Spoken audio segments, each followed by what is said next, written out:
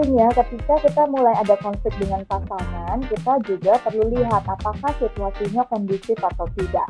Gitu. Artinya di sini kondusif untuk apakah kita kecapean, ataukah suami baru pulang kantor gitu ya, atau situasinya anak lagi rewel, lagi sakit dan sebagainya. Kita perlu melihat situasi itu gitu, karena pada saat cekcok gitu ya, kalau misalnya suasananya tidak kondusif, akhirnya bisa jadi kemungkinan malah meningkat, ada eskalasi emosi gitu, yang akhirnya mungkin berantemnya kita akhirnya jadi tidak sehat.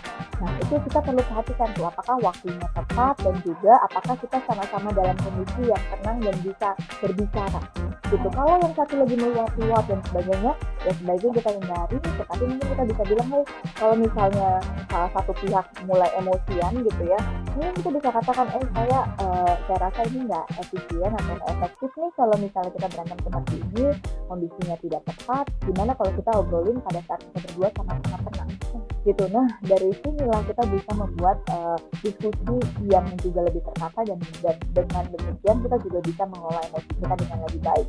Itu atau kalau misalnya udah lagi berantem baik-baik gitu ya, maksudnya awalnya fine-fine aja nih, tapi kemudian mulai kesana kemari dan mungkin topiknya nggak di situ aja tapi malah kemana-mana, melebar kemana-mana.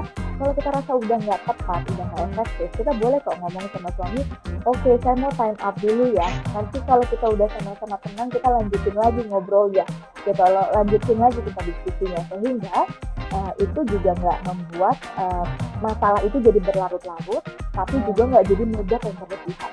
Itu yang kita perlu itu pada saat untuk menjaga meningkatnya emosi gitu. Dan tarik nafas, latihan tarikan nafas ke breathing exercise gitu ya, bunda-bunda gitu bisa breathing exercise perlahan, tapi pada saat menghembuskan nafas itu kita hembuskan secara perlahan gitu. Nah ini bisa membantu kita untuk lebih meredakan emosi kita pada saat itu gitu.